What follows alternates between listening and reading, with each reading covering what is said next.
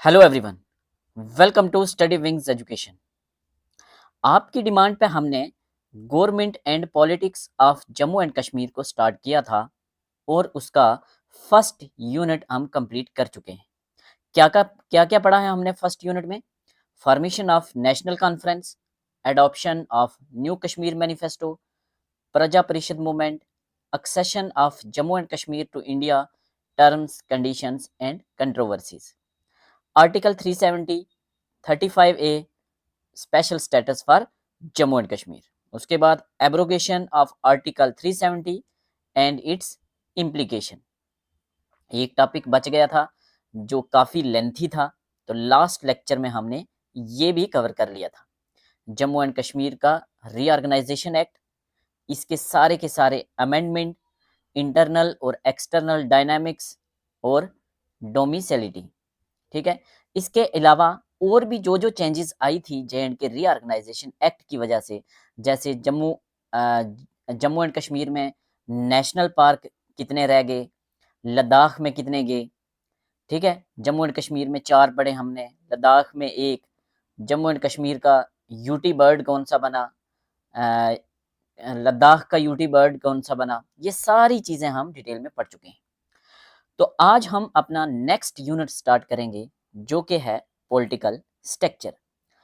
Political structure का first part आज हम डिटेल में कवर करेंगे, जिसमें हम पढ़ेंगे centre state relations, Delhi agreement 1952, Indira Sheikh accord 1974 और Rajiv Farooq accord 1986। So let's start today's lecture. Centre और स्टेट के रिलेशंस में आपके सिलेबस में 3 एग्रीमेंट मेंशन किए हुए हैं और आपको ये पढ़ने हैं। Delhi agreement, Indira Sheikh accord, Rajiv Farooq accord. किस किस के बीच में रिलेशंस की बात हो रही है? Centre means government of India and state means government of Jammu and Kashmir. ठीक है, एक चीज ये याद रखनी है, जम्मू एंड कश्मीर में अभी हमें 370 मिला है। 370 कब मिला है हमें? 1949 में। बट अभी भी चीज़ें क्लियर नहीं हैं। क्यों? क्योंकि जम्मू एंड कश्मीर का कॉन्स्टिट्यूशन अभी नहीं बना। हमारा जम्मू एंड कश्मीर का कॉन्स्टिट्यूशन 1956 में बनेगा, 1956 में बनेगा और 1957 में जाके फुली एनफोर्स होगा। ठीक है, उससे पहले अभी चीज़ें क्लियर नहीं थी कि किसके पास कितनी पावर है। 370 में ये ज़रूर मेंशन था, जो इंस्ट्रूमेंट ऑफ एक्सेशन में सारी 3 चीज़ों पे तो बात की थी हमने कि डिफेंस, कम्युनिकेशन और फॉरेन अफेयर्स इंडिया के पास रहेगा। बट अभी भी चीज़ें कुछ क्लियर नहीं थी। ये चीज़ें क्लियर करने के लिए और सेंटर का और स्टेट के बीच में क्या क्या रिलेशन रहेगा, कौन कौन सी चीज़ें सेंटर की स्टेट में एप्लीकेबल होंगी, किन किन कंडीशंस पे एप्लीकेबल होंगी, उसके लिए 3 इंपॉर्टेंट एग्रीमेंट होते हैं जम्मू एंड कश्मीर गवर्नमेंट के और इंडियन गवर्नमेंट के बीच में। ठीक है, कैसे याद रखेंगे हम? जब हमें आज़ादी मिली तब इंडिया के प्राइम मिनिस्टर कौन थे? जवाहरलाल नेहरू। प्राइम मिनिस्टर कौन थे? जवाहरलाल नेहरू। तो ये 3 एग्रीमेंट के टाइम सेंटर में प्राइम मिनिस्टर कौन था, आपने याद रखना है। पहले होंगे जवाहरलाल नेहरू। पहला एग्रीमेंट कब होता है? 1952 में। ये होगा जवाहरलाल नेहरू के बीच में और जम्मू एंड कश्मीर के प्राइम मिनिस्टर शेख अब्दुल्ला के बीच में। ठीक है, कब होगा? 1952 में। कैसे याद रखेंगे? 1949 में हमें 370 मिला है, उसमें 3 साल ऐड करेंगे, 3 ईयर के बाद आ जाएगा 1952। ठीक है, फिर हम 1952 के बीच में ऐड करेंगे 22 और आ जाएगा 1974। 1974 का जो एग्रीमेंट होगा वो होगा इंदिरा के बीच में और फिर से शेख अब्दुल्ला के बीच में। ठीक है, इंदिरा कौन है? अब पंडित जवाहरलाल नेहरू की डेथ हो चुकी है और उनकी बेटी इंदिरा गांधी प्राइम मिनिस्टर हैं इंडिया की। तो जम्मू एंड कश्मीर की तरफ से फर्स्ट दैट इज 1952 वाले एग्रीमेंट में और 1974 वाले एग्रीमेंट में शेख अब्दुल्ला थे। सेंटर की तरफ से, दिल्ली की तरफ से फर्स्ट वाले में कौन होगा? फर्स्ट वाले में होंगे पंडित जवाहरलाल नेहरू और सेकंड वाले में उनकी बेटी इंदिरा गांधी। उसके बाद 1974 में 12 ऐड करेंगे, 22 में से 10 कम कर दिए 12, तो 1986 आएगा। तो 1986 के टाइम इंडिया में थे राजीव गांधी। राजीव गांधी कौन थे? वो थे इंदिरा के बेटे। तो राजीव गांधी और शेख अब्दुल्ला का बेटा जो कि फारूक अब्दुल्ला है, उनके बीच में होता है तीसरा एग्रीमेंट। ठीक है, क्या है ये एग्रीमेंट हम डिटेल में पढ़ेंगे। आपके एग्जाम में क्या क्या पूछा जाएगा आपको यहाँ ही याद करवाया जाएगा। तो सबसे पहले हम स्टार्ट करते हैं दिल्ली एग्रीमेंट 1952। ठीक है, 1952, 1949 प्लस 3। ठीक है, आपको याद रखने के लिए ये चीजें मैं बोलता हूँ। इन चीजों से लेक्चर थोड़ा लंबा जरूर होता है, बट क्वेश्चन आपको एग्जाम में मिलेंगे तो आपके चेहरे पे स्माइल तो आएगी। दिल्ली एग्रीमेंट को हम नेहरू शेख अकार्ड भी कहते हैं। नेहरू पंडित जवाहरलाल नेहरू, शेख अब्दुल्ला। किस किस के बीच में साइन हुआ था? पंडित जवाहरलाल नेहरू जो कि इंडिया के पहले प्राइम मिनिस्टर थे, और शेख अब्दुल्ला जो कि जम्मू एंड कश्मीर के सेकंड प्राइम मिनिस्टर थे। जम्मू एंड कश्मीर के फर्स्ट प्राइम मिनिस्टर कौन थे? मेहरचंद महाजन, जो कि कौन थे? एक जज थे। बाद में ये इंडिया के तीसरे नंबर के चीफ जस्टिस भी बने हैं। फर्स्ट चीफ जस्टिस कौन थे इंडिया के? कानिया। कानिया से याद रखना है आपने, कानिया फर्स्ट चीफ जस्टिस थे। सेकंड कौन थे ये मुझे आप बताएंगे, और तीसरे नंबर के मैं बता देता हूं आपको, जो जम्मू एंड कश्मीर के फर्स्ट प्राइम मिनिस्टर रहे हैं वो इंडिया के तीसरे सीजीआई भी बनते हैं। तो अभी तक हमने जो पढ़ा इसमें से याद रखना है, दिल्ली एग्रीमेंट नेहरू शेख के बीच में होता है, 1952 में होता है। क्या जरूरत पड़ी इस एग्रीमेंट की? नीड क्या थी? 370 तो मिल गया है, तो फिर क्या जरूरत पड़ी? चलिए देखते हैं। Why there was need of Delhi agreement. हमें पता है महाराजा हरि सिंह ने इंस्ट्रूमेंट ऑफ एक्सेशन साइन किया था इंडिया के साथ। कब? 26 अक्टूबर 1947। ये डेट इंपॉर्टेंट है, पढ़ चुके हैं पहले भी, याद रखनी है। कब कब साइन किया था? 26 अक्टूबर 1947 में। उसके बाद क्या हुआ था? इस एक्सेशन के अकॉर्डिंग जम्मू एंड कश्मीर ने इंडिया के साथ एक्सीड किया था 3 सब्जेक्ट्स पे। कौन कौन से? मैंने आपको बताया था, DEC। D for defence, E for external affair, C for communication. तो डिफेंस, एक्सटर्नल अफेयर और कम्युनिकेशन रहेगा इंडिया के पास, बाकी सब कुछ जम्मू एंड कश्मीर के पास। ठीक है, क्या सच में सब कुछ जम्मू एंड कश्मीर के पास रहा था 2019 तक या नहीं? वो चीजें आपको आज के लेक्चर में क्लियर हो जाएंगी। ठीक है, 1949 में हमें 370 मिलता है जो जम्मू एंड कश्मीर को स्पेशल स्टेटस देता है। पढ़ लिया हमने। Jurisdiction of union over the state means India की ज्यूरिस्डिक्शन जम्मू एंड कश्मीर के ऊपर अभी भी क्लियर नहीं थी इन 3 सब्जेक्ट्स के अलावा। क्यों? अगर हम इंडिया के साथ जम्मू एंड कश्मीर एक्सीड कर लिया है, तो ये 3 चीजों पे आप बोल रहे हो ये 3 चीजें तो इंडिया के पास रहेंगी। तो भैया मुझे बताओ कि इंडिया के प्रेसिडेंट जो हैं, क्या उनका क्या रोल रहेगा जम्मू एंड कश्मीर के ऊपर? इसमें तो क्लियर नहीं है। प्रेसिडेंट तो इंडिया का है, जम्मू कश्मीर के ऊपर क्या रोल रहेगा? इंडिया का अगर सीजीआई है, चीफ जस्टिस ऑफ इंडिया है, उसका क्या रोल रहेगा? कैग का क्या रोल रहेगा? ये काफी सारी चीजें हैं जो क्लियर नहीं है। तो ये चीजें क्लियर करना चाहते थे शेख अब्दुल्ला। शेख अब्दुल्ला के दिमाग में काफी सारी चीजें चल रही थी। शेख अब्दुल्ला जो उनका स्लोगन था, जो एनसी का स्लोगन था, लैंड टू टिलर, जमीन जो है वो किसानों के पास जानी चाहिए, कल्टीवेटर्स के पास जानी चाहिए, उस चीज को वो प्रैक्टिकल फॉर्म में लाना चाहते थे। शेख अब्दुल्ला इंट्रोड्यूस कर रहे थे कुछ मेजर लैंड रिफॉर्म्स। नया कश्मीर बनाना चाह रहे थे। नया कश्मीर का जो वादा किया था उन्होंने, उसमें लैंड रिफॉर्म्स की जरूरत थी, वो कर रहे थे। और क्या कर रहे थे? Fixity of tenure for tenets. Tenets mean cultivator. Cultivators को राइट देना चाह रहे थे वो। क्या होता है इसका मतलब? क्या है? Right to stay on land दे lease even if ownership of land changes. जमीन की का मालकाना हक अगर चेंज भी होता है तो उसके बाद भी कल्टीवेटर वहां रहेगा। कुछ ऐसे रिफॉर्म वो लाना चाहते थे, लैंड टू टीलर्स को प्रैक्टिकल फॉर्म में लाना चाहते थे। जागीरदारी सिस्टम को वो खत्म कर रहे थे। जो मोनार्की थी डोगरा रूल की, उसको खत्म करना चाहते थे। ठीक है, और जिन लोगों की जो ज़मीन्स थी, जो टीलर्स को दी जा रही थी, जिन लोगों को, जिन लैंडलॉर्ड्स को खाली किया जा रहा था ज़मीन से, उनको कोई कंपनसेशन भी नहीं दे रहे थे, ठीक है। दूसरी तरफ जिन लोगों ने कर्जा लिया हुआ था, जो कल्टीवेटर थे, जिन्होंने कर्जा लिया हुआ था, उनको रिलीफ देना चाह रहे थे। तो ये काफ़ी सारी चीज़ें उनके अंदर चल रही थी, वो ये चीज़ें कर रहे थे और उनके ऊपर प्रेशर भी आ रहा था। और क्या चाहते थे? वो चाहते थे कि जो स्टेट का एग्जीक्यूटिव हेड हो, वो दैट इज सदर रियासत, वो अब इलेक्टेड हो, वो इलेक्टेड हो। 1947 में एक्सीड किसने किया? महाराजा ने किया। तो महाराजा तो मोनार्क है, बट मोनार्क है महाराजा हरि सिंह, तो महाराजा तो चाहेंगे कि सदर रियासत वही रहे, ठीक है। 1947 में सदर रियासत वही थे। सदर रियासत ऐसी पोस्ट थी ऑलमोस्ट जैसे हमारी प्रेसिडेंट की पोस्ट है, कुछ ऐसी पोस्ट हुआ करती थी। चीफ मिनिस्टर की पोस्ट को प्राइम मिनिस्टर की पोस्ट कहा जाता था। तो अपने में फील आ रहा था शेख अब्दुल्ला को कि ये जम्मू एंड कश्मीर एक कंट्री है और वो चाहते थे इसमें पूरे तरीके से डेमोक्रेसी आए। तो डेमोक्रेसी में सदर रियासत तो इलेक्टेड होना चाहिए ना, ठीक है। These reforms caused resentment in Jammu among landlords.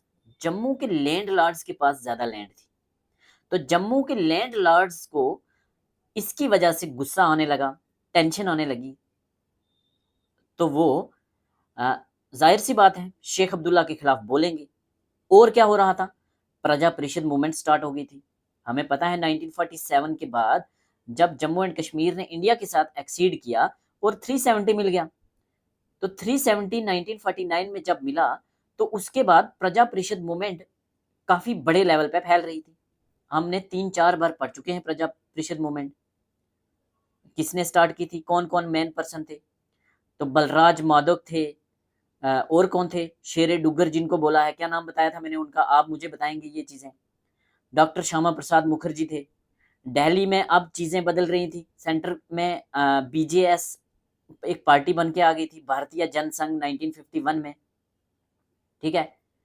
तो डॉक्टर श्यामा प्रसाद मुखर्जी, दीनदयाल उपाध्याय जैसे बड़े बड़े चेहरे जो थे ये सामने आ रहे थे और ये चाह रहे थे कि जम्मू एंड कश्मीर का अलग कॉन्स्टिट्यूशन ना हो, जम्मू एंड कश्मीर इंडिया के अंडर आए, जम्मू एंड कश्मीर इंडिया का इंटीग्रल पार्ट हो, यहाँ का फ्लैग अलग ना हो, यहाँ का हेड ऑफ स्टेट अलग ना हो, यहाँ का कॉन्स्टिट्यूशन अलग ना हो, एक कॉन्स्टिट्यूशन हो, एक फ्लैग हो, एक हेड हो। ये चाह रही थी ये मूवमेंट, प्रजा परिषद मूवमेंट, ठीक है। ये डिमांड कर रहे थे कि फुल इंटीग्रेशन हो इंडिया का, फुल इंटीग्रेशन हो जम्मू एंड कश्मीर का इंडिया के साथ, और ये जो 370 मिल रहा है ये एब्रोगेट हो जाए, ठीक है। दूसरी तरफ से शेख अब्दुल्ला की जो स्पीचेस थी, शेख अब्दुल्ला की स्पीचेस को कंट्रोवर्सी के तौर पे जम्मू में देखा जाने लगा। शेख अब्दुल्ला जम्मू एंड कश्मीर को एक सोवरेन स्टेट डिक्लेयर करना चाह रहे थे जिसमें किसी का इंटरफेरेंस ना हो, एक कंट्री का सपना ले रहे थे। अभी आपको पता है फ्लेबिसाइड पेंडिंग था, फ्लेबिसाइड से डिसाइड होना था कि जम्मू एंड कश्मीर क्या इंडिया के साथ रहेगा या पाकिस्तान के साथ रहेगा या सोवरेन रहेगा। तो यहाँ शेख अब्दुल्ला कहते हैं कि इंडिया के कॉन्स्टिट्यूशन के साथ जाना तो पागलपन है हमारे लिए, हम नहीं जाएंगे, हमें तो स्पेशल स्टेटस है, हमें तो जम्मू कश्मीर को ऑटोनॉमी चाहिए, ठीक है। ये चीजें शेख अब्दुल्ला अपनी स्पीचेस में बोला करते थे, ठीक है। उसके बाद इंटरनल टेंशन जम्मू रीजन में अलग से स्टार्ट थी प्रजा परिषद मूवमेंट की वजह से और 370 की वजह से। कश्मीर में दूसरा सेंटीमेंट चल रहा था कि हम सोवरन हैं, फ्लेबिसाइड करवाया जाए, हम आज़ाद रहना चाहते हैं। तो नेहरू ने ये सारी चीज़ें देखी और शेख अब्दुल्ला को बुलाया दिल्ली, जैसा आप दिल्ली आ जाइए, बैठ के बात करते हैं। नेहरू के बीच में और शेख अब्दुल्ला के बीच में दिल्ली में डिस्कशन होती है, काफ़ी लंबी डिस्कशन चलती है, काफ़ी सारी चीज़ों पर नेगोशिएशन होता है और फाइनली एक एग्रीमेंट साइन होता है जिस एग्रीमेंट का नाम है दिल्ली एग्रीमेंट या नेहरू अब्दुल्ला एग्रीमेंट या नेहरू अब्दुल्ला अकॉर्ड। कब साइन होता है ये होता है जुलाई 1952 में। काफ़ी लंबी बहसबाजी के ऊपर, इसमें किस चीज़ पे बहस हो रही थी, कौन कौन से सब्जेक्ट थे जिनके ऊपर नेगोशिएशन हो रही थी, क्या डिमांड कर रहे थे शेख अब्दुल्ला, आपको ये सब्जेक्ट जो है इनके नाम याद रखने हैं। बात चल रही थी रेजिड्यूरी पावर किसके पास रहेगी। क्या होती है रेजिड्यूरी पावर? इंडिया के कॉन्स्टिट्यूशन में 7th शेड्यूल में आपने देखा होगा कि 3 लिस्ट की बात की जाती है। कौन कौन सी? एक होती है सेंटर लिस्ट, एक होती है स्टेट लिस्ट और एक होती है कंकरेंट लिस्ट। सेंटर लिस्ट पे आपको पता है सेंट्रल गवर्नमेंट कानून बनाती है। स्टेट लिस्ट पे स्टेट गवर्नमेंट कानून बनाती है और कंकरेंट लिस्ट पे दोनों मिलके कानून बनाते हैं। कुछ ऐसे सब्जेक्ट होते हैं जो कंकरेंट लिस्ट में आते हैं, जहां सेंटर भी लेजिस्लेशन कर सकता है, जहां स्टेट भी कर सकता है। उस इन तीनों के अलावा सेंटर लिस्ट, स्टेट लिस्ट और कंकरेंट लिस्ट के अलावा अगर कोई भी ऐसा सब्जेक्ट हो जो बाद में हमें पता चले कि हाँ ये सब्जेक्ट भी था, ये मेंशन नहीं है ना सेंटर लिस्ट में, ना स्टेट लिस्ट में, ना कंकरेंट लिस्ट में, तो वो पावर किसके पास रहेंगी? उस पावर को कहते हैं रेजिड्यूरी पावर्स। उस पावर को क्या कहते हैं? Residuary powers. तो इंडिया की जितनी भी स्टेट्स थी उस टाइम, जितनी भी स्टेट्स थी उस टाइम, उस 1952 में सारी की सारी स्टेट्स की जो रेजिड्यूरी पावर थी वो सेंटर के पास थी। तो यहां से आपका क्वेश्चन बनेगा, इंडिया में क्या था कि रेजिड्यूरी पावर्स किसके पास थी? सेंटर के पास थी, गवर्नमेंट ऑफ इंडिया के पास थी सारी स्टेट्स की। कोई तमिलनाडु में अगर कोई कानून ऐसा बनाना है जो इन तीनों लिस्ट में नहीं है, या यूपी में या बिहार में, तो वो किसके पास रहेगी रेजिड्यूरी पावर? वो सेंटर के पास रहेगी। First important question. इस चीज पे बहस चल रही थी और शेख अब्दुल्ला चाहते थे कि residuary power Jammu and Kashmir government के पास रहें, जम्मू एंड कश्मीर की लेजिस्लेटिव असेंबली के पास रहें। ठीक है, और यहां शेख अब्दुल्ला कामयाब हो जाते हैं। जम्मू एंड कश्मीर में residuary power Jammu and Kashmir की लेजिस्लेटिव असेंबली के पास रहती है J&K के केस में। तो ये बहुत बड़ी डेवलपमेंट थी। ये चीज हमें कब मिली? 1952 के अकॉर्ड में। आगे हम डिटेल में चीजें करेंगे, पहले हल्का हल्का यहां से याद रखो कि इंपॉर्टेंट क्वेश्चन बन क्या रहे। नेशनल फ्लैग, इस पर डिबेट चल रही थी। शेख अब्दुल्ला चाहते थे जम्मू एंड कश्मीर का अलग नेशनल फ्लैग हो, नेहरू चाहते थे इंडिया का national flag he Jammu and Kashmir में लगे। तो फाइनली क्या नेगोशिएशन होता है? जम्मू एंड कश्मीर का अपना फ्लैग होगा और इंडिया का अपना फ्लैग होगा, बट इंडिया का फ्लैग जो होगा वो सुप्रीम होगा। इंडिया का फ्लैग सुप्रीम होगा। प्रेसिडेंट्स की पावर का क्या रहेगा, इस पे बात चल रही थी। पार्लियामेंट्री इलेक्शंस पे बात चल रही थी। भाई एमपीज अगर इलेक्ट करने हैं जम्मू एंड कश्मीर से, चाहे वो राज्यसभा के हों या लोकसभा के हों, लेजिस्लेटिव असेंबली तो है, जहां लेजिस्लेटिव असेंबली है वहां से एमपीज जाएंगे। तो पार्लियामेंट्री इलेक्शन या इलेक्शन कमीशन ऑफ इंडिया, क्या ये J&K में एप्लीकेबल होगा या नहीं होगा? Headship of state, headship of state मतलब जम्मू एंड कश्मीर का हेड कौन होगा या इंडिया का हेड कौन होगा? सिटीजनशिप पे बात चल रही थी, इमरजेंसी प्रोविजंस पे बात चल रही थी, फंडामेंटल राइट्स पे बात चल रही थी, सुप्रीम कोर्ट पे बात चल रही थी, सुप्रीम कोर्ट की जुरिस्डिक्शन क्या रहेगी, फाइनेंशियल इंटीग्रेशन क्या रहेगा। ये आपने एज सच सब्जेक्ट्स याद रखने हैं। आगे हम डिटेल में देखेंगे कि क्या क्या था। सिर्फ मैंने अभी रेजिड्यूरी पावर का बताया क्योंकि ये क्वेश्चन एग्जाम में आएगा आपके में। तो रेजिड्यूरी पावर था important subject. National flag, president's की power, parliamentary election, headship of state, citizenship, emergency provisions, fundamental rights, इसमें डीपी एसपी पे भी हम बात करेंगे। ठीक है, सुप्रीम कोर्ट की जुरिस्डिक्शन और फाइनेंशियल इंटीग्रेशन। तो ये सारे सब्जेक्ट हम आगे देखते हैं। पहले बात करते हैं कि पर्पस क्या था एग्रीमेंट का। भैया करना क्या चाहते थे ये लोग दोनों, शेख अब्दुल्ला और जवाहरलाल नेहरू? क्लैरिफाई करना चाहते थे कॉन्स्टिट्यूशनल रिलेशनशिप क्या रहेगा जम्मू एंड कश्मीर और यूनियन के बीच में। ठीक है, कॉन्स्टिट्यूशनल मींस लेजिस्लेशन के बारे में बात हो रही है। जम्मू के पास क्या रहेगा कश्मीर और इंडिया के पास क्या रहेगा। फाइनलाइज करना चाहते थे सेंटर स्टेट के पावर्स के वो 370 के होते हुए ऑपरेट कैसे होंगे। 370 तो दे दिया, अब 370 के होते हुए ये जो ऊपर हमने सब्जेक्ट्स की बात की है ये चलेंगे कैसे, प्रैक्टिकल कैसे पॉसिबल होगा। तो ये चीजें थी। ठीक है, अब हम देखते हैं ये जो ऊपर हमने बात की है इनको डिटेल में देखते हैं। मेजर प्रोविजंस की बात करते हैं दिल्ली एग्रीमेंट की। सबसे पहले हमने बात की है रेजिड्यूरी पावर्स की। ठीक है, तो रेजिड्यूरी पावर्स पूरे इंडिया में रेजिड्यूरी पावर सेंटर के पास होती थी। बट जम्मू एंड कश्मीर के केस में residuary power legislative assembly of JNK के पास रहेगी, और ये आपके लिए इंपॉर्टेंट क्वेश्चन बनेगा, एग्जाम में आएगा। ठीक है, याद रखना है, यहां से एक क्वेश्चन ये बनेगा मुझे लग रहा है। नेक्स्ट बात रहेगी सिटीजनशिप पे। जम्मू एंड कश्मीर के जो रेजिडेंट्स हैं उनको इंडिया की सिटीजनशिप मिलेगी, तो ये क्या क्या क्वेश्चन पूछा जाएगा। रेजिड्यूरी पावर्स, या तो रहेगा कि रेजिड्यूरी पावर्स जो थी 1952 के अकॉर्ड के अकॉर्डिंग किसके पास थी, तो JNK के पास थी। या पूछा जाएगा कि कौन सा एक्ट था जिसने residuary power Jammu and Kashmir को दी, तो 1952 का एक्ट नहीं, एग्रीमेंट है ये। हम आगे बात करेंगे। इसके बाद 3 इंपॉर्टेंट एक्ट आएंगे, 3 इंपॉर्टेंट ऑर्डर आएंगे, प्रेसिडेंशियल ऑर्डर आएंगे, उनके बारे में हम आगे बात करेंगे, वो भी आपके सिलेबस में है। इसके बाद 3 इंपॉर्टेंट आपके प्रेसिडेंशियल ऑर्डर भी हैं आपके सिलेबस में, उनके बारे में हम आगे बात करेंगे। ठीक है, नेक्स्ट लेक्चर में। तो इंडिया की सिटीजनशिप हमारे कॉन्स्टिट्यूशन में आर्टिकल 5 से लेके आर्टिकल 11 तक है, आपको पता है। तो इन्होंने बोला कि जम्मू कश्मीर के सिटीजन हैं जो वो इंडिया के सिटीजन रहेंगे अंडर आर्टिकल 5। ठीक है, आगे हम देखेंगे कैसे इसके बाद जो प्रेसिडेंशियल ऑर्डर आता है वो 35A लेके यहाँ के रेजिडेंट को कुछ राइट्स देता है, वो हम बात करेंगे।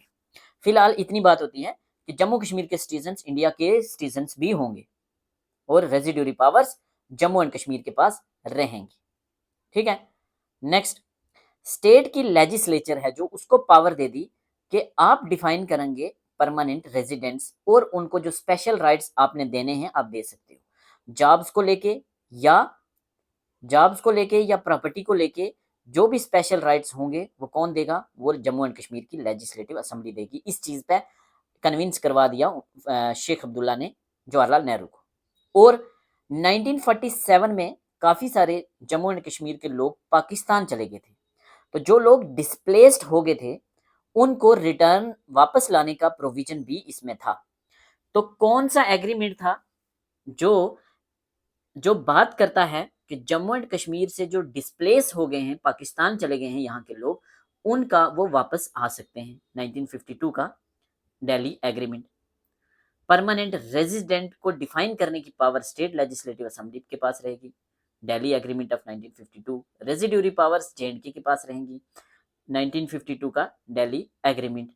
JNK के सिटीजन्स इंडिया के सिटीजन्स होंगे, दिल्ली एग्रीमेंट ऑफ 1952। तो ये चीजें थी। इलेक्शन कमीशन की जब बात की तो तब बोला गया कि आर्टिकल 324 के अंडर, आर्टिकल 324 के अंडर जम्मू एंड कश्मीर में पार्लियामेंट इलेक्शन कंडक्ट करवाएगी और MPs को इलेक्ट करवा के लेके जाएगी। ठीक है, इसका मतलब इलेक्शन कमीशन के अंडर JNK आ रहा है जब बात होगी पार्लियामेंट के इलेक्शंस की। अभी आगे चीजें और बदलेंगी।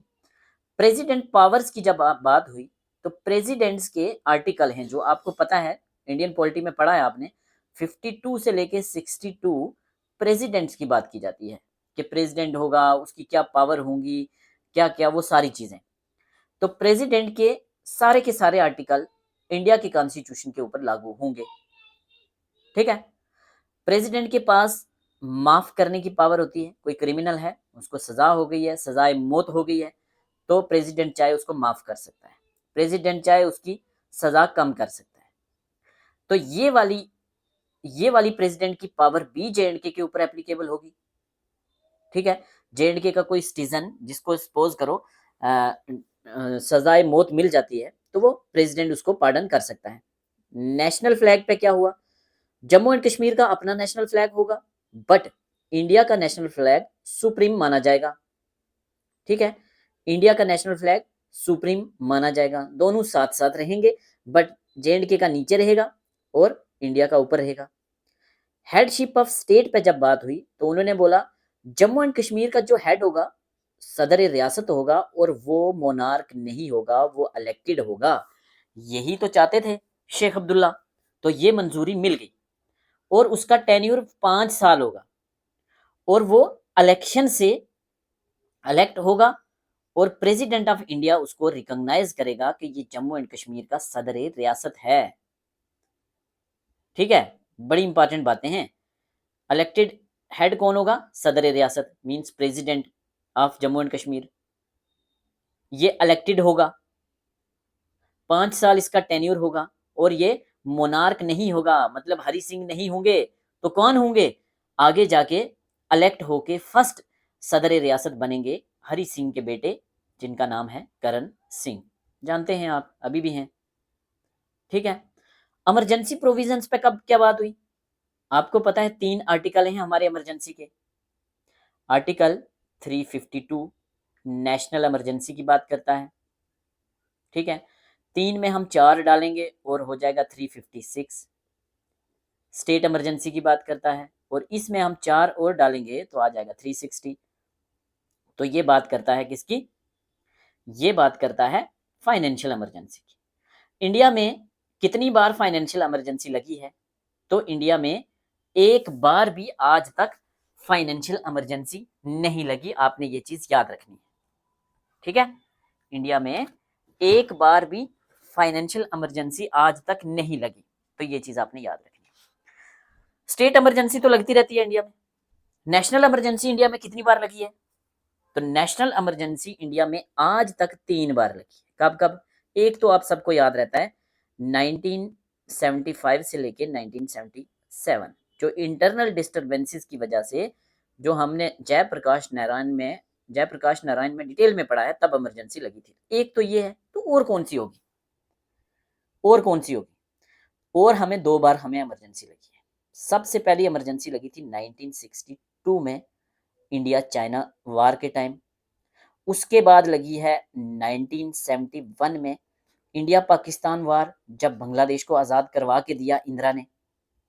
और उसके बाद 1975 से 1977, जब नेशनल इमरजेंसी थी इंडिया में। ये चीज़ें क्यों बोल रहा हूँ मैं, ये एग्जाम में पूछी जाती है। ठीक है, 3 आर्टिकल पता होने चाहिए, 352, 356, 360। और इमरजेंसी कब कब लगी है? फाइनेंशियल इमरजेंसी कितनी बार लगी है? नहीं लगी। तो 352 नेशनल इमरजेंसी जे&के में एप्लीकेबल होगी या नहीं होगी? 352 national emergency Jammu and Kashmir में तभी एप्लीकेबल होगी अगर कोई एक्सटर्नल एग्रेशन हो। मतलब let us suppose Jammu and Kashmir के ऊपर पाकिस्तान अटैक कर देता है, या चाइना अटैक कर देता है, या कोई भी और कंट्री अटैक कर देती है, तो इसको कहते हैं एक्सटर्नल एग्रेशन। तो तब प्रेसिडेंट ऑफ इंडिया आर्टिकल 352 के अंडर इमरजेंसी लगा सकता है। बाकी जम्मू एंड कश्मीर में इंटरनल जितने मर्जी डिस्टरबेंसेस हों, प्रेसिडेंट इमरजेंसी नहीं लगा सकता जम्मू एंड कश्मीर की लेजिस्लेटिव असेंबली के कंसेंट के बगैर। कंसेंट देगी जे&के की लेजिस्लेटिव असेंबली, तो तभी इमरजेंसी लगेगी। तो ये इंपॉर्टेंट पॉइंट पे भी बात हुई और मनवा लिया। फंडामेंटल राइट्स की जब बात हुई, तो fundamental rights Jammu and Kashmir में पूरे तरीके से एप्लीकेबल नहीं होंगे। ये एक यूनिक फीचर था जम्मू एंड कश्मीर का, कि जहां फंडामेंटल राइट्स पूरे तरीके से एप्लीकेबल नहीं है। तो ये अच्छी बात थी, बुरी बात थी? आपको तो लग रहा होगा बुरी बात है, बट आप याद करिए कि जम्मू एंड कश्मीर इंडिया में राइट टू प्रॉपर्टी भी एक फंडामेंटल राइट हुआ करता था। इसके अंडर नहीं, आगे जाके बात होगी, अभी नहीं, आगे जाके आप देखोगे राइट टू प्रॉपर्टी आर्टिकल 31 के अंडर एक फंडामेंटल राइट हुआ करता था। इंडियन कॉन्स्टिट्यूशन से ये कब खत्म हुआ, आप कमेंट सेक्शन में बताएंगे। जे&के में फंडामेंटल राइट ये था, ये रहा, इसलिए फंडामेंटल राइट जो थे ये पूरे तरीके से एप्लीकेबल नहीं होंगे। कुछ मॉडिफिकेशंस के साथ जम्मू कश्मीर की गवर्नमेंट इसको अप्लाई कर सकती है। डीपीएसपी पे क्वेश्चन पूछा जाता है, तो जो पहला एक्ट था 1952 का, उसमें डीपीएसपी इंडिया पे एप्लीकेबल, जम्मू एंड कश्मीर पे डीपीएसपी नहीं होंगे। DPSP means directive principle of state policy. यहां से क्वेश्चन पूछे जाते हैं। क्या पूछा जाता है? डीपीएसपी कौन से पार्ट में होता है? तो 1 2 3 4, तो ये होता है 4 पार्ट में। ठीक है, किसमें होता है? DPSP part 4 of Indian constitution में होते हैं, और ये जस्टिसेबल नहीं होते। ये 2 ही सवाल मोस्टली पूछे जाते हैं, बाकी तो आपको पता ही है, आपने पढ़ा होगा अच्छे से। तो जे&के पे डीपीएसपी एप्लीकेबल नहीं होंगे। सुप्रीम कोर्ट की जुरिस्डिक्शन जम्मू एंड कश्मीर में लिमिटेड रहेगी, लिमिटेड जुरिस्डिक्शन रहेगी। क्यों? क्योंकि फंडामेंटल राइट्स की एप्लीकेशन ही लिमिटेड है, और आर्टिकल 131 एप्लीकेबल होगा जे&के में। Article 131 very very very important, exam में पूछा जाता है इंडियन पॉलिटी में। क्या है आर्टिकल 131? आर्टिकल 131 बात करता है जब कभी सेंटर या स्टेट के बीच में कोई डिस्प्यूट होगा, या दो स्टेट्स के बीच में डिस्प्यूट होगा, या स्टेट और यूटी के बीच में डिस्प्यूट होगा, या यूटी और यूटी के बीच में डिस्प्यूट होगा, तो वो डिस्प्यूट कौन सॉल्व करेगा? वो डिस्प्यूट सॉल्व करेगा सुप्रीम कोर्ट। तो आर्टिकल 131 एप्लीकेबल होगा। जब फाइनेंशियल इंटीग्रेशन की बात हुई तो इन्होंने बोला ठीक है, इसको हम मानते हैं, बट इस पे हम बाद में बात करेंगे। तो फाइनेंशियल इंटीग्रेशन या कैग वगैरह पे अगर क्वेश्चन आ जाए तो वो 1952 वाले में अभी तक एप्लीकेबल नहीं था। आगे हम बात करेंगे कौन से प्रेसिडेंशियल ऑर्डर से आता है, वो बाद में बात करेंगे। तो ये आपको इतना मोटा मोटा समझ आ गया। यहाँ से क्वेश्चन पूछे जाएंगे किस किस के बीच में ये साइन होता है एग्रीमेंट? नेहरू और शेख अब्दुल्ला के बीच में। आर्टिकल 5 एप्लीकेबल होगा, इंडिया के सिटीजन होंगे जेएंडके के लोग। रेजिड्यूरी पावर सेंटर के पास नहीं रहेगी, जेएंडके के पास रहेगी। परमानेंट रेजिडेंट्स कौन होंगे? ये लेजिस्लेटिव असेंबली के पास पावर रहेगी। बाद में हम देखेंगे कैसे ये राइट टू प्रॉपर्टी को भी फंडामेंटल राइट बना देते हैं। ठीक है, पाकिस्तान से जो डिस्प्लेस हो गए हैं, इंडिया से जो पाकिस्तान चले गए हैं, उनके वापस आने का प्रोविजन होगा। Election commission under article 324 election करवा सकता है पार्लियामेंट के। प्रेसिडेंट्स की पावर के सारे 52 से 62 आर्टिकल एप्लीकेबल होंगे।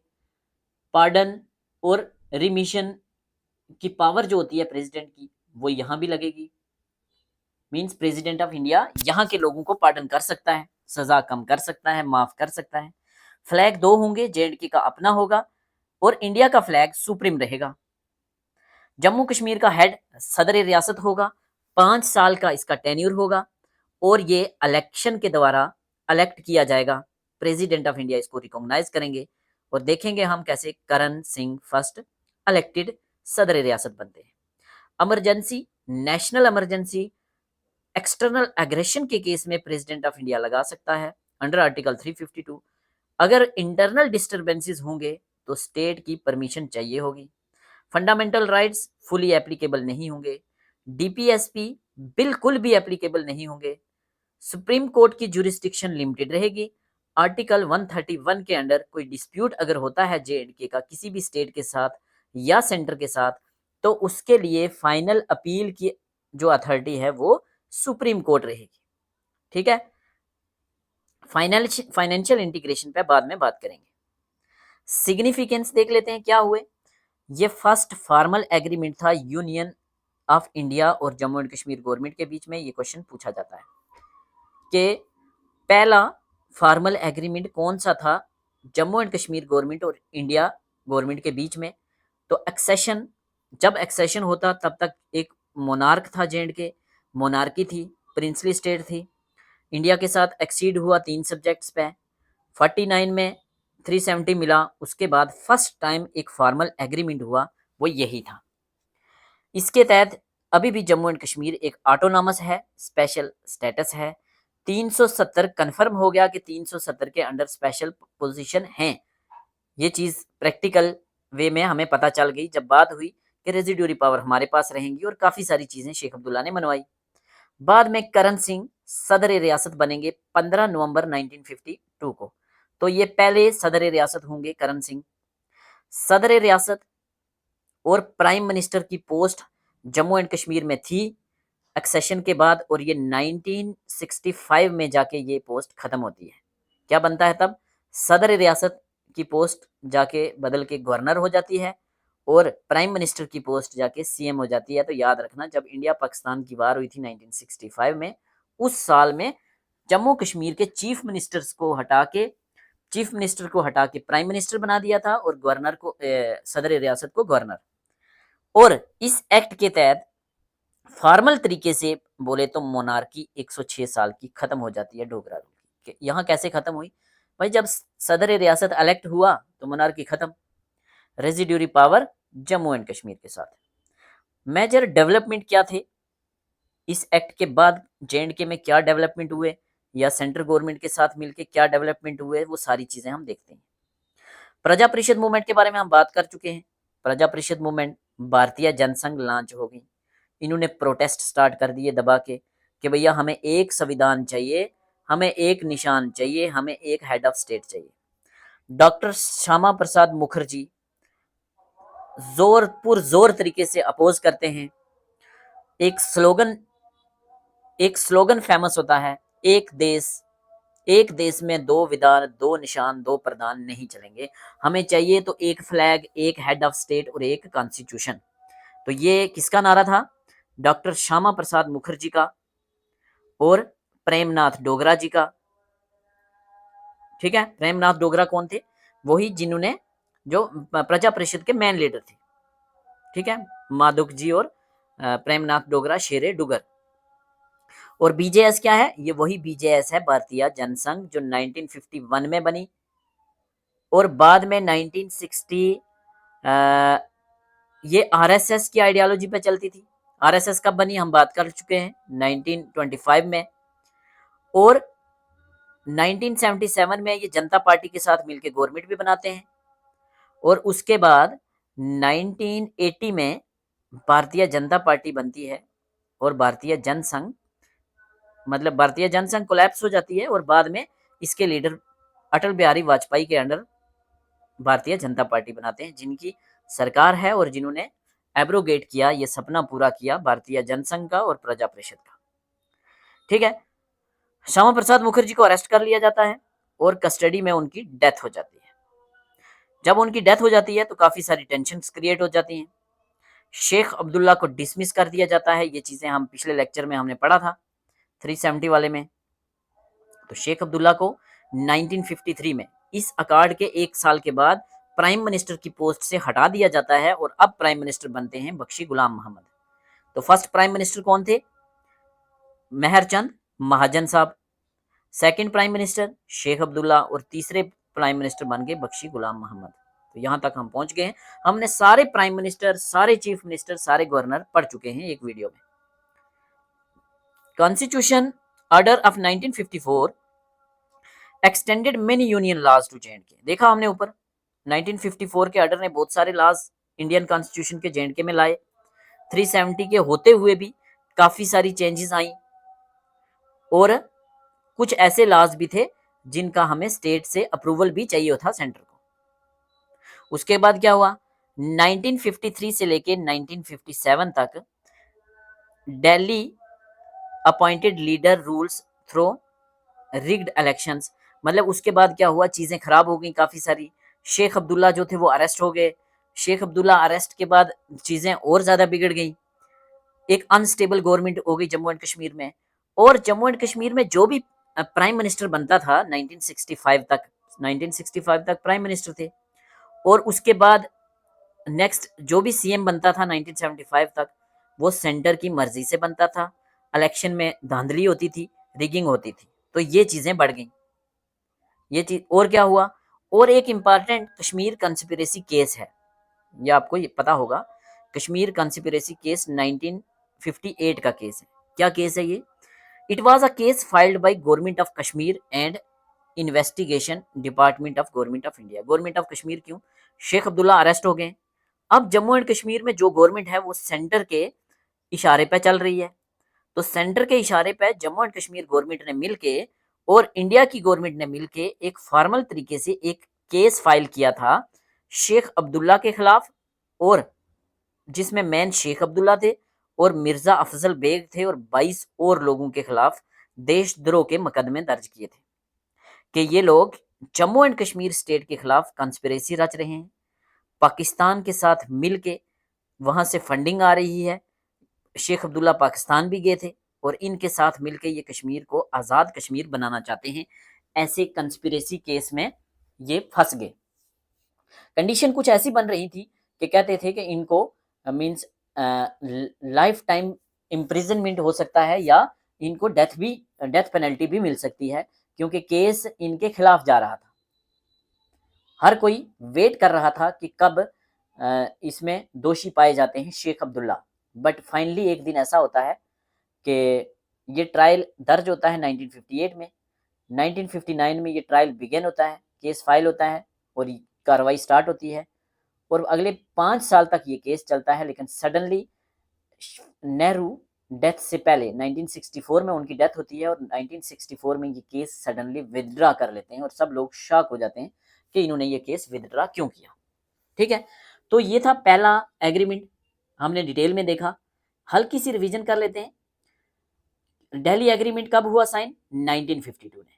किस किस के बीच में? नेहरू और शेख अब्दुल्ला के बीच में। Residuary power very very important, किसके पास रहेंगी? Jammu and Kashmir state legislative assembly के पास या J&K गवर्नमेंट के पास। स्टेट फ्लैग अलग होगा, मान लिया सेंट्रल गवर्नमेंट ने, बट इंडिया का फ्लैग सुप्रीम रहेगा।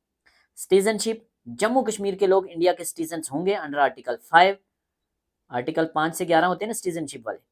और स्पेशल राइट्स मिलेंगे, परमानेंट रेजिडेंट्स के राइट्स मिलेंगे। कौन देगा? Legislative assembly of Jammu and Kashmir. Emergency के टाइम में अगर इंटरनल डिस्टर्बेंसेस हों तो गवर्नमेंट ऑफ इंडिया या प्रेसिडेंट इमरजेंसी डिक्लेयर नहीं कर सकता, सिर्फ और सिर्फ गवर्नमेंट के कंसेंट पर डिक्लेयर कर सकता है। अगर एक्सटर्नल अटैक हो रहा है या कुछ ऐसा हो रहा है तो तब प्रेसिडेंट कर सकता है। सदर रियासत इलेक्टेड होगा और प्रेसिडेंट ऑफ इंडिया रिकॉग्नाइज करेंगे। तो करण सिंह पहले सदर रियासत बने इलेक्टेड वाले। Fundamental rights not fully applicable, very very important question पूछा जाएगा, और पूछा गया अगर DPSP तो ये एप्लीकेबल ही नहीं थे। फंडामेंटल राइट फुली एप्लीकेबल नहीं थे, एप्लीकेबल थे but with some modification. Supreme court limited jurisdiction रहेगी। डोगरा रूल खत्म हो गया इस एग्रीमेंट के तहत, 106 साल का डोगरा रूल खत्म। ठीक है, नेक्स्ट हम पढ़ते हैं इंदिरा शेख अकॉर्ड। अब चीजें देखो, 1952 का अकॉर्ड पढ़ा हमने, 1953 में शेख अब्दुल्ला अरेस्ट हो जाते हैं। इनके ऊपर कश्मीर कंस्पिरेसी केस चल रहा है, कभी जेल में जा रहे हैं कभी बाहर आ रहे हैं। तो 1964 में ये केस खत्म हो जाता है, विथड्रा कर लेती है गवर्नमेंट ऑफ इंडिया। उसके भी बाद मतलब पहले में 22 साल की बात की थी, आपने याद रखना है, सत्ता से 22 साल बाहर रहे थे शेख अब्दुल्ला। शेख अब्दुल्ला सत्ता से कितने साल बाहर रहे थे? 22 साल। तो 22 साल के बाद इंदिरा और शेख का अकॉर्ड फिर से होता है, वही शेख अब्दुल्ला और यहाँ जवाहरलाल नेहरू की बेटी इंदिरा गांधी। इसको कश्मीर अकॉर्ड भी कहते हैं, इसको दिल्ली अकॉर्ड ऑफ 1974 भी कहते हैं। बैकग्राउंड क्या रही होगी इसकी? दिल्ली एग्रीमेंट 1952 में हुआ, हमने पढ़ लिया। सेंटर और स्टेट में सिचुएशन टेंस हो गई थी इसके बाद, आफ्टर दिल्ली एग्रीमेंट, क्योंकि बहुत सारे सेंटर के कानून एप्लीकेबल हो गए, चीजें चल रही थी। बट 1953 में जब शेख अब्दुल्ला अरेस्ट होते हैं, डिसमिस होते हैं, तो जम्मू कश्मीर में एक पॉलिटिकल वैक्यूम हो जाता है।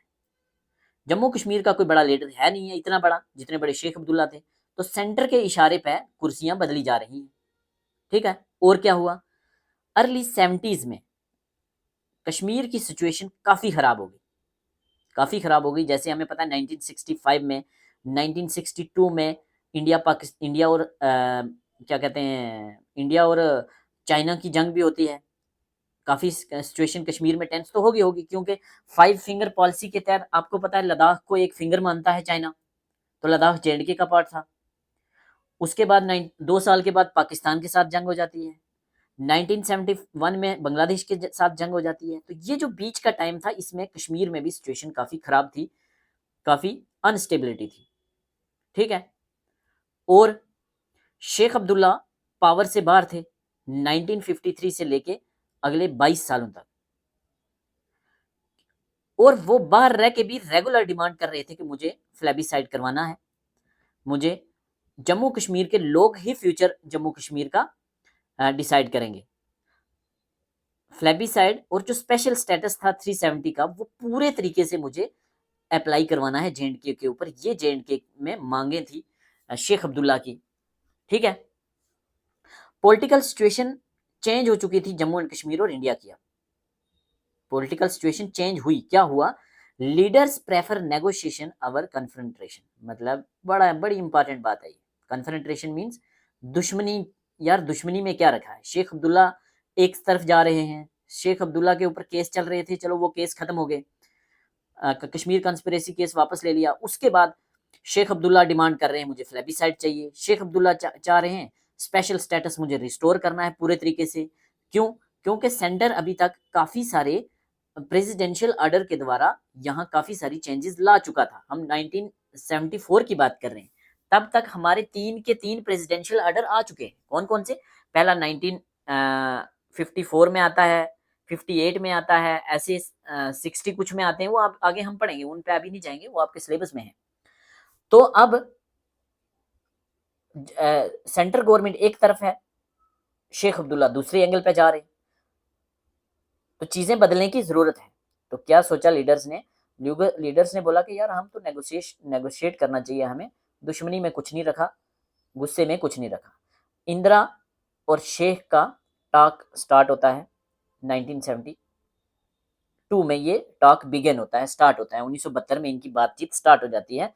2 साल, अगले 2 साल तक इनमें नेगोशिएशन होती है, ये चक्कर लगाते रहते हैं दिल्ली के, और फाइनली एक अकॉर्ड साइन होता है जिसका नाम है इंदिरा शेख अकॉर्ड, 13 नवंबर 1974 को। 13 नवंबर 1974 को ये सेकंड अकॉर्ड साइन होता है, और ये अकॉर्ड है Indira Sheikh accord. Very very very important. पहला कौन सा था? नेहरू शेख। उसमें क्या क्या चीजें थी? शेख अब्दुल्ला वहां कामयाब रहे थे, काफी सारे सब्जेक्ट्स के ऊपर उन्होंने अपनी बात मनवा ली थी, बट बाद में अरेस्ट हो गए, चीजें बदल गई। अब क्या है? अब क्या होगा? अब इसका पर्पस क्या था? पर्पस था रिस्टोर किया जाए पॉलिटिकल स्टेबिलिटी को जम्मू एंड कश्मीर में, री इंटीग्रेट किया जाए, री इंस्टेट किया जाए शेख अब्दुल्ला को जम्मू एंड कश्मीर की एक्टिव पॉलिटिक्स में या मेन स्ट्रीम पॉलिटिक्स में, और डेमोक्रेटिक पॉलिटिक्स को या पार्टिसिपेटरी डेमोक्रेसी को प्रमोट किया जाए। इंडिया में तो डेमोक्रेसी थी, मोनार्की खत्म हुई थी। जम्मू एंड कश्मीर की किस्मत खराब थी कि 1953 में के बाद फिर से डेमोक्रेसी का हाल खराब हो गया था, अच्छे तरीके से इस्टेब्लिश नहीं हुई। तो इंदिरा ने सोचा कि अच्छा डेमोक्रेसी को वापस हम रीइंस्टेट करते हैं, ठीक है। रीअफर्म्स J&K constitutional status within Indian Union under Article 370, create constitutional and political stability। India के फ्रेमवर्क के अंडर एक कॉन्स्टिट्यूशनल और पॉलिटिकल स्टेबिलिटी को लाया जाए। और क्यों ऐसा कर रही थी इंदिरा? सिर्फ एक चीज का डर था कि जो ये फ्लेबिसाइड लगा के रखा हुआ है, इसको बंद करो, आपकी हर बात मानी जाएगी। इंदिरा को पता था मुस्लिम मेजोरिटी स्टेट है, या तो ये पाकिस्तान के साथ चले जाएंगे या ये आजाद रहेंगे। हाँ, क्योंकि यहाँ के लीडर भी यही चाह रहे थे। कुछ लीडर थे सॉरी कुछ लीडर थे जो फ्लेबिसाइड की डिमांड कर रहे थे कि हम आजाद रहें, और कुछ फ्लेबिसाइड की डिमांड इसलिए कर रहे थे क्योंकि पाकिस्तान से बैक हो रहे थे। तो क्या होता है, इन दोनों के बीच में एक अकॉर्ड साइन होता है। क्या इंपॉर्टेंट चीजें थी अकॉर्ड की, चलिए देखते हैं। जम्मू एंड कश्मीर इंडिया का इंटीग्रल पार्ट रहेगा, ये बात मान ली शेख अब्दुल्ला ने। फ्लेबिसाइड का जो इशू है ये परमानेंटली बंद किया जाएगा, इंदिरा ने बोला और शेख अब्दुल्ला ने मान लिया, ठीक है। वेरी वेरी इंपॉर्टेंट, ध्यान से रख देना, सेकंड अकॉर्ड में इंपॉर्टेंट बातें क्या होती हैं। जम्मू कश्मीर इंडिया का इंटीग्रल पार्ट रहेगा। फ्लेबिसाइड का कंसेप्ट टाटा बाय बाय, आप नाम नहीं लोगे शेख साहब। और जो एक्सेशन हुआ था J&K का इंडिया के साथ, वो अब किसी हाल में भी रिवोक नहीं हो सकता, वो रहेगा। शेख अब्दुल्ला ने बोला यस मैम ऐसा ही होगा, फ्लेबिसाइड का नाम मैं नहीं लूंगा, जम्मू कश्मीर इंडिया का इंटीग्रल पार्ट रहेगा, और एक्सेशन अब इरिवोकेबल है, ये रिवोक नहीं होगा। शेख अब्दुल्ला ने बोला यस मैम। फिर क्या बोला? Special constitutional status of J&K would remain, हमने आपको 370 दिया था, वो रहेगा वैसे ही, J&K का स्पेशल स्टेटस रहेगा। जो भी हमारे लॉज हैं एक्सेशन के बाद, या जो हमारे ऑर्डर हमने इशू किए हैं, जैसे प्रेसिडेंशियल ऑर्डर नंबर 1954, 58, 1965 हम पढ़ेंगे नेक्स्ट लेक्चर में डिटेल में। ये 3 ऑर्डर आ चुके हैं, इनके तहत बहुत सारे लॉज सेंट्रल गवर्नमेंट के J&K में एप्लीकेबल हो गए हैं, वो रहेंगे। अच्छा, अगर आपको लगता है कि उनमें से कुछ ऐसे लॉज हैं जो J&K में नहीं फिट बैठते, तो ठीक है, आप रिव्यू कर सकते हैं। ये बात इंदिरा ने मान ली शेख अब्दुल्ला की। शेख अब्दुल्ला ने बोला इंटीग्रल पार्ट होगा, फ्लेबिसाइड की बात मैं नहीं करूंगा, एक्सेशन रिवोक नहीं होगा। बट एक बात तो मैडम मानिए, उन्होंने बोला कौन सी, कि जो ऑलरेडी एग्जिस्टेड लॉज हैं आप कह रहे हो उनको रिकॉग्नाइज करना पड़ेगा J&K को, वो यहाँ रहेंगे, बट हमें कुछ तो दीजिए। उन्होंने बोला क्या, कि जम्मू कश्मीर को कुछ पावर दे दीजिए कि कुछ ऐसे लाज हैं जो हम रिव्यू कर सकते हैं। तो उन्होंने बोला ठीक है, जम्मू कश्मीर की लेजिस्लेटिव असेंबली फ्री है, वो रिव्यू कर सकती है ऐसे लाज जो जेएंडके में एप्लीकेबल नहीं हो सकते, उनको वो रिजेक्ट भी कर सकती है, मॉडिफाइड भी कर सकती है विद प्रेसिडेंट्स की असेंट के साथ। ठीक है। Restoration of normal democratic process, क्या हुआ, रिस्टोर हुआ नॉर्मल डेमोक्रेटिक प्रोसेस जेएंडके में। कैसे? शेख अब्दुल्ला वापस से इलेक्टोरल पॉलिटिक्स में आ गए नेशनल कॉन्फ्रेंस के। No power sharing arrangement, election to be held fairly, अब आगे इलेक्शन फेयरली होंगे। ठीक है। और गवर्नर जो है वो अपॉइंट किया जाएगा प्रेसिडेंट ऑफ इंडिया के द्वारा। यहाँ चीजें क्या क्या रही, एक तो बोला फ्यूचर में सारे इलेक्शन फेयर होंगे। इन्होंने इल्जाम लगाया था कि काफी रिगिंग हुई है इलेक्शन में, धांधलियां हुई हैं। उन्होंने बोला ठीक है, आगे से सेंट्रल गवर्नमेंट इंटरफेयर नहीं करेगी, इलेक्शन आपके फ्री एंड फेयर होंगे। और जो गवर्नर की बात है, जो जम्मू एंड कश्मीर का गवर्नर है वो वैसे ही होगा जैसे बाकी की स्टेट्स में है। कैसे? हाँ, हम आपको इतना जरूर दे सकते हैं कि आप हमें कुछ नाम सुजेस्ट करोगे, हम उन नाम में से ही एक नाम को फाइनल करेगा प्रेसिडेंट ऑफ इंडिया। ठीक है। कुछ डिग्री कंसल्टेशन की थी, याद रखना। जम्मू कश्मीर का गवर्नर अब 1965 के बाद गवर्नर बन रहे हैं, सेंट्रल गवर्नमेंट गवर्नर फाइनल कर रही है, प्रेसिडेंट ऑफ इंडिया कर रहे हैं, बट कुछ कंसल्टेशन स्टेट के साथ रहेगी। आप हमें नाम दीजिए, पैनल बताइए, हम उनमें से एक करेंगे। ठीक है, मान लिया। जेएंडके कंटिन्यू होगा अपना कॉन्स्टिट्यूशन, जेएंडके का जो आपने बनाया है 1957 में वो चलेगा, कोई भी चेंज नहीं होगी आपकी ऑटोनॉमी के अंडर। ठीक है। अगर कोई चेंज करनी होगी तो हम आपकी स्टेट असेंबली से कंसेंट लेंगे। नेशनल कॉन्फ्रेंस ने ये चीजें मान ली, अब्दुल्ला एग्री हो गए, बोला ऐसा ही चलेगा। हुआ क्या, क्या डेवलपमेंट हुई इसके बाद? इसके बाद जनाब कांग्रेस की सरकार थी, ध्यान रखना। 1974 में जब ये अकॉर्ड साइन हो रहा था तब किसकी सरकार थी? कांग्रेस की सरकार थी, कांग्रेस जीत के आई थी। कैसे भी इलेक्शन हुए थे, गलत तरीके से हुए हों, बट सीटें कांग्रेस की मेजोरिटी थी। कांग्रेस के चीफ मिनिस्टर थे सैयद मीर कासिम। ये वो मीर कासिम नहीं है इंडियन हिस्ट्री वाला, ये अलग है, बॉक्सर, बैटल ऑफ बॉक्सर वाला नहीं।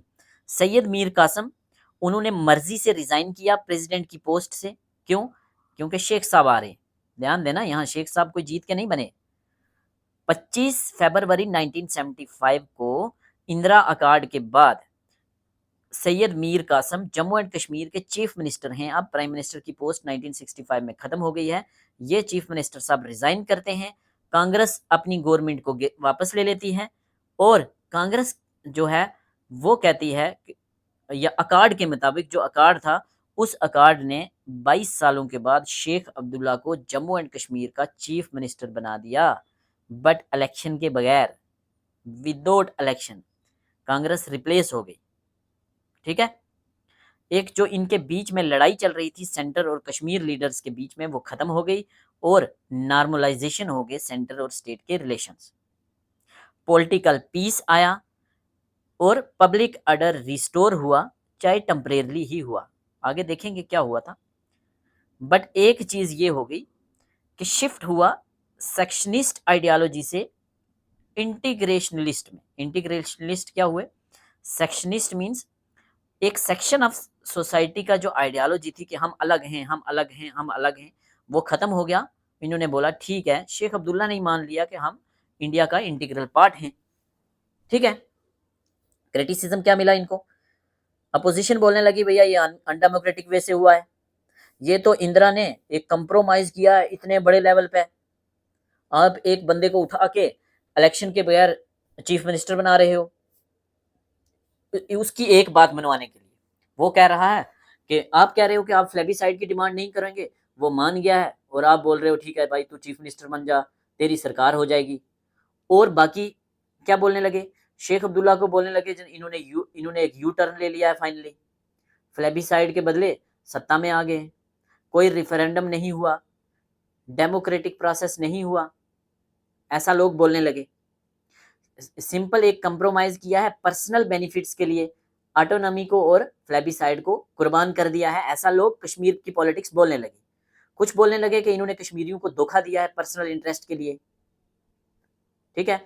जो सेपरेटिस्ट थे वो बिल्कुल सेटिस्फाई नहीं हुए और बाद में हम देखेंगे कश्मीर में कैसा अनरेस्ट होता है। उसके बाद क्या होता है, बहुत सारे कश्मीरी को लगता है कि ये एक धोखा है, ये गलत हुआ है और एक सेपरेटिस्ट मूवमेंट स्टार्ट हो गया, सेपरेटिस्ट सेंटिमेंट फिर से जाग गया। ठीक है। 19 कांग्रेस एनसी को फायदा हुआ। 1975 में शेख अब्दुल्ला विदाउट इलेक्शन आ जाते हैं। उसके बाद इलेक्शन होते हैं 1977 के और शेख अब्दुल्ला का अच्छा ग्राउंड बन जाता है और यहाँ शेख अब्दुल्ला फुल मेजोरिटी से फिर से पावर में आ जाते हैं। फिर से पावर में कब आते हैं? 1977 में। बट उसके बाद क्या होता है कि एक सेंटर स्टेट रिलेशन फिर से खराब हो जाते हैं, एक बेस बन जाता है सेंटर स्टेट रिलेशन का, जिसकी वजह से कश्मीर इंसर्जेंसी होती है 1989 की, फेमस कश्मीर इंसर्जेंसी। क्या है ये कश्मीर इंसर्जेंसी ऑफ 1989? आज भी इसकी झलक आपको दिखती है। क्या है?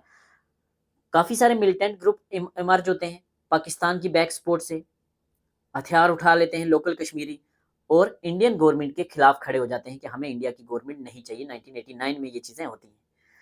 काफी सारे ग्रुप्स कहते हैं कि हमें आजादी चाहिए, काफी सारे ग्रुप्स कहते हैं हमें पाकिस्तान के साथ जाना है। मिलिटेंट्स के बीच में और इंडियन सिक्योरिटी फोर्सेस के बीच में कन्फ्लिक्ट होते हैं, बहुत सारे लोगों की डेथ होती है, सिविलियंस की डेथ होती है। रिसेंट एक मार्च 2017 का सरकार का एक डाटा है, वो कहते हैं कि इस इंसर्जेंसी की वजह से आज तक 41,000 लोगों की डेथ हुई है, जिसमें से 14,000 सिविलियन हैं, 5,000 सिक्योरिटी पर्सनल हैं और 22,000 मिलिटेंट्स हैं। ठीक है। और सबसे ज्यादा डेथ्स जो हुई हैं वो 1990s में हुई है या अर्ली 2000 में हुई है। बट बहुत सारी एनजीओज का कहना है कि ये नंबर लाखों में है, ये डाटा गलत है और ये नंबर लाखों में है, लाखों में लोग मारे गए हैं। और इसकी वजह से कश्मीरी पंडित्स की एक बड़े लेवल पर माइग्रेशन होती है, कश्मीर को छोड़ के निकल जाते हैं। तो ये थी कश्मीर इंसर्जेंसी 1989 की, जो कहीं ना कहीं कहते हैं कि ये अकार्ड जो था इसका एक नेगेटिव इम्पैक्ट ये था कि ये एक बेस बन गया था इस इंसर्जेंसी का। ओवरऑल कंक्लूजन देखें तो चीजें ठीक है। 1974 के इस अकार्ड की वजह से एक बड़ी पॉलिटिकल डेवलपमेंट होती है, सेंटर और स्टेट के बीच में एक डायलॉग होता है, कॉन्स्टिट्यूशनल और डेमोक्रेटिक का इस्टेब्लिशमेंट होता है, रिलेशन बेहतर होते हैं सेंटर और स्टेट के। अब शेख अब्दुल्ला मान लेते हैं कि हम इंटीग्रल पार्ट हैं और फिर भी हमारे पास ऑटोनॉमी है, हमारे पास 370 है और एक बड़ा यूनिक सा सेंटर स्टेट रिलेशन बन जाता है फेडरल स्ट्रक्चर में इंडिया के में। ठीक है। तो ये था हमारा शेख और इंदिरा का अकार्ड। मोटे मोटे पॉइंट की बात करते हैं तो ये अकार्ड साइन होता है कब? कब साइन होता है ये अकार्ड? 1974 में साइन होता है। यहाँ गलती से 1972 लिखा गया है, सॉरी। ठीक है। 1974 में ये साइन होता है। ठीक है। ये सिलेबस में ये मेंशन किया हुआ इंदिरा और शेख के बीच में होता है। कौन सी इंपॉर्टेंट बातें? फ्लेबिसाइड की बात मैं नहीं करूंगा, एक्सेशन रिवोक नहीं होगा, इंडिया का इंटीग्रल पार्ट है जे एंड के, पार्लियामेंट के बनाए हुए कानून हैं प्रेसिडेंशियल ऑर्डर से आए हुए वो एप्लीकेबल होंगे। बट हाँ, कुछ अगर लॉज हैं ऐसे जो हम रिव्यू करेंगे, जम्मू कश्मीर की लेजिस्लेटिव असेंबली रिव्यू करके रिजेक्ट भी कर सकती है, मॉडिफाइड भी कर सकती है, बट प्रेसिडेंट की असेंट के साथ। शेख अब्दुल्ला को चीफ मिनिस्टर बना दिया जाता है बगैर इलेक्शन के। कांग्रेस अपनी गवर्नमेंट चेंज कर देती है, एनसी को गवर्नमेंट दे देती है बगैर इलेक्शन के। और ये एक अच्छा बेस बन जाता है। 2 साल के बाद जो इलेक्शन होते हैं उसमें शेख अब्दुल्ला फुल मेजोरिटी के साथ फिर से प्राइम चीफ मिनिस्टर बनते हैं। बट ये कश्मीर की फेमस इंसर्जेंसी का एक नींव रखी जाती है, ऐसा कुछ लोगों का मानना है। क्रिटिसाइज करने वाले कहते हैं कि ये यू टर्न है शेख अब्दुल्ला का, फ्लेबिसाइड की डिमांड को इन्होंने नकार दिया है, इन्होंने पर्सनल बेनिफिट के लिए सत्ता अपने हाथ ले ली है, कश्मीरियों को धोखा दिया है, सेपरेटिस्ट सेंटिमेंट कुछ लोगों के अंदर जाग जाते हैं। ठीक है।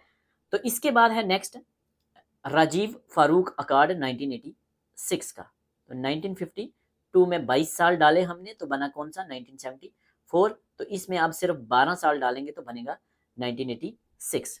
बैकग्राउंड क्या है? बैकग्राउंड आपको पता है पीछे वाली।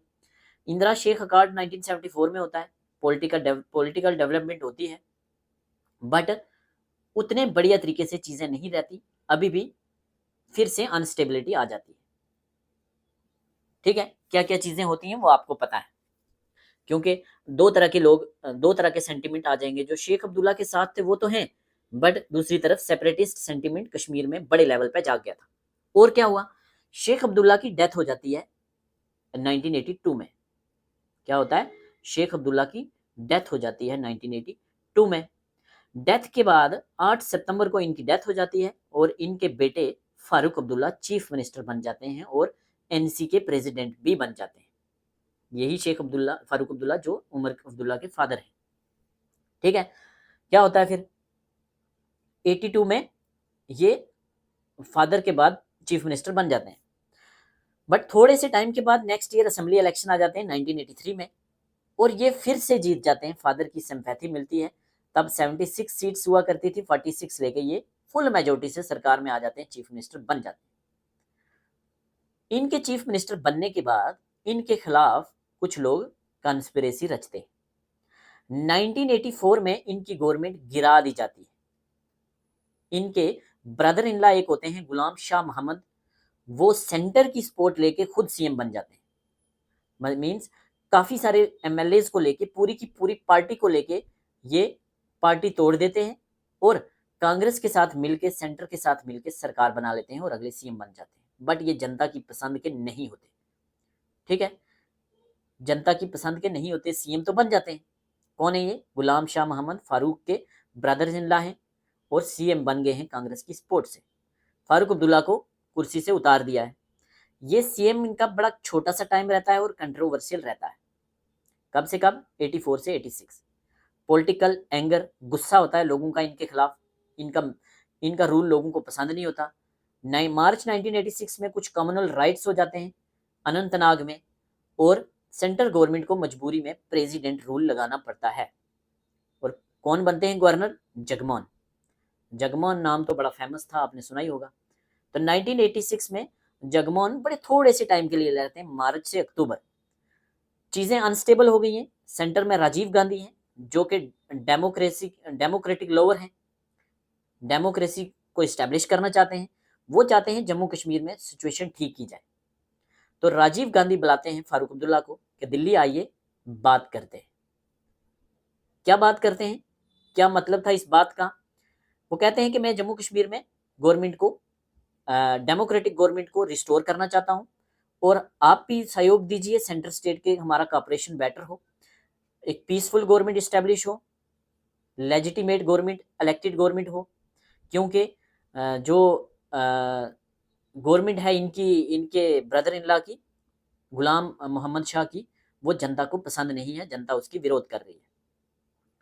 तो सेंटर की सपोर्ट से फारूक अब्दुल्ला वापस सीएम बन जाते हैं। इंदिरा अकार्ड में शेख अब्दुल्ला को वापस सीएम बनाया था विदाउट इलेक्शन। ठीक है, बट यहाँ इलेक्शन से ये जीत के आए हैं। पार्टी टूटी है कांग्रेस की सपोर्ट से, इनके ब्रदर इन लॉ ने धोखा दिया है। फिर से चीजें राजीव गांधी ठीक करते हैं और दोबारा से इनको सीएम बना देते हैं।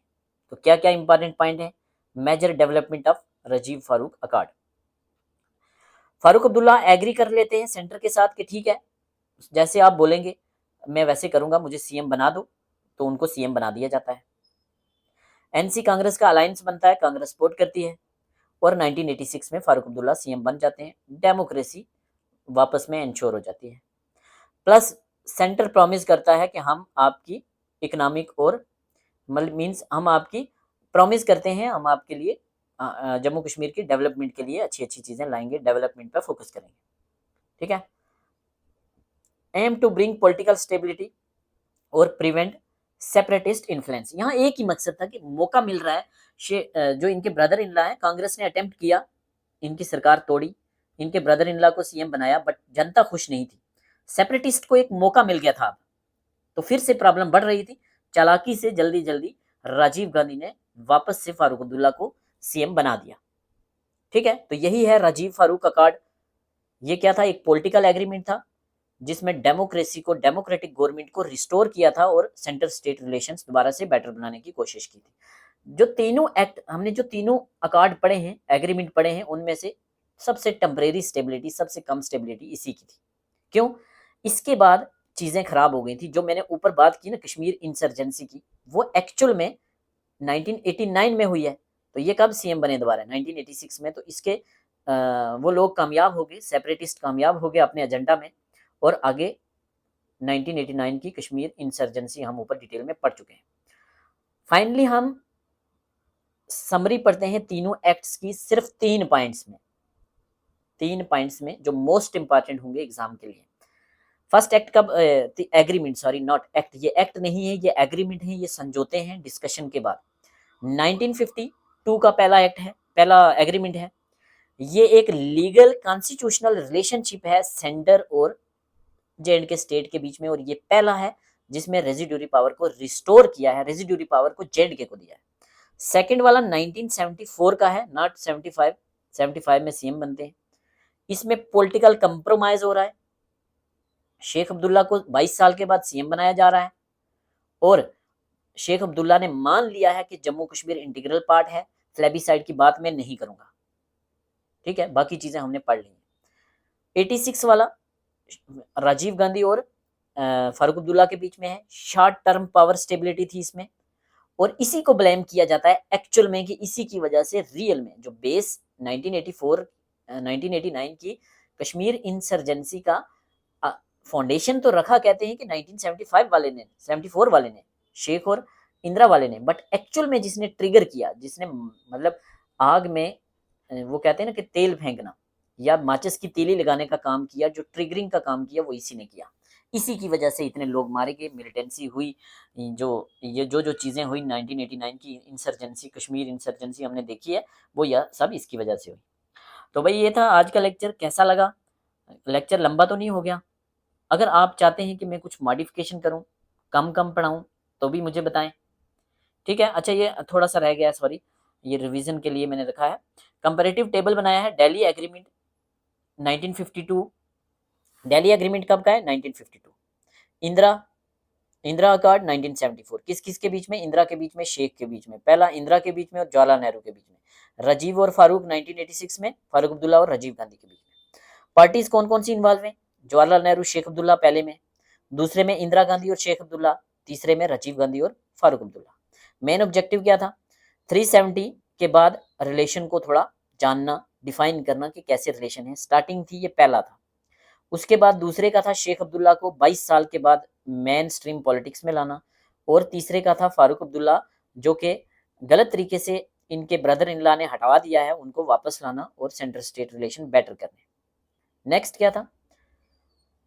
जम्मू एंड कश्मीर एक स्पेशल स्टेटस होगा, ये चीज़ें क्लेरिफाई हो गई थी। यहाँ शेख अब्दुल्ला पावर में आए थे कुछ कंप्रोमाइज़ के ऊपर, फ्लेबिसाइड की का नाम मैं नहीं लूँगा, और इंटीग्रल पार्ट है, और फारूक अब्दुल्ला वापस आए थे डिफेक्शन के बाद। ये वर्ड डिफेक्शन क्या है? डिफेक्शन मीन्स जब कोई जीतता किसी पार्टी से है और अपने बेनिफिट के लिए दूसरी पार्टी में चला जाता है। आज डिफेक्शन के लिए हमारे पास एंटी डिफेक्शन लॉ है, very very important, anti defection law. Anti defection law कौन से शेड्यूल में है? तो इंडियन कॉन्स्टिट्यूशन के 10th शेड्यूल में है एंटी डिफेक्शन लॉ। अगर कोई जीता हुआ रिप्रेजेंटेटिव, चाहे वो एमपी हो चाहे एमएलए हो, एक पॉलिटिकल पार्टी से दूसरी में जाता है, तो उसकी एमपीशिप या एमएलए शिप रद्द की जाएगी।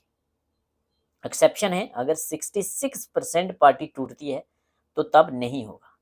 कोई आज़ाद उम्मीदवार भी अगर आज़ाद खड़ा होकर जीतता है और फिर पॉलिटिकल पार्टी ज्वाइन करता है, तो वो भी रद्द किया जाएगा। तो तब ये कानून नहीं था, तब ये कानून नहीं था। कब? जब ये सीएम 1984 में जब इनको फारूक अब्दुल्ला को हटाया है, तो तब राजीव गांधी के दिमाग में आया कि कोई ऐसा कानून होना चाहिए जो इस डिफेक्शन को रोके। तो 1985 में वो एक अमेंडमेंट लेकर आए थे। 1985 की अमेंडमेंट कौन सी थी आप मुझे बताएंगे, और शेड्यूल मैंने बता दिया 10th, ठीक है। तो बाकी कुछ इंपॉर्टेंट चीज़ें हैं नहीं है इसमें। क्या है? Strengthen temporary but special Sheikh Abdullah, ठीक है, ये चीज़ें हम पढ़ चुके हैं, कुछ इतनी वो इंपॉर्टेंट नहीं है। तो कैसा लगा ये लेक्चर मुझे ज़रूर बताना कमेंट सेक्शन में। हाँ, इसमें जो आप चेंज चाहते हैं वो भी मुझे बताइए, और अगर यहाँ तक आ गए हैं तो यार सब्सक्राइब कर दो चैनल को। और अच्छा बता दो किस किस ने ये लेक्चर पूरा देखा है, अटेंडेंस लिख दो, नीचे लिख दो यस, तो मुझे पता चल जाएगा कि इतने लोग मेरा लेक्चर पूरा देख रहे हैं, और मैं आगे सारे के सारा सिलेबस यहाँ कंप्लीट करवाऊंगा। अगर मुझे लगता है कि बंदे ही कम देख रहे हैं तो इतनी मेहनत क्यों करूं? ये तो आप पे डिपेंड है ना। जितना ज़्यादा आप पार्टिसिपेट करेंगे, कमेंट करेंगे, लाइक करेंगे, शेयर करेंगे, मेरी एनर्जी बढ़ेगी और मैं जल्दी जल्दी मैक्सिमम लेक्चर यहाँ लेकर आऊँगा। Thank you so much.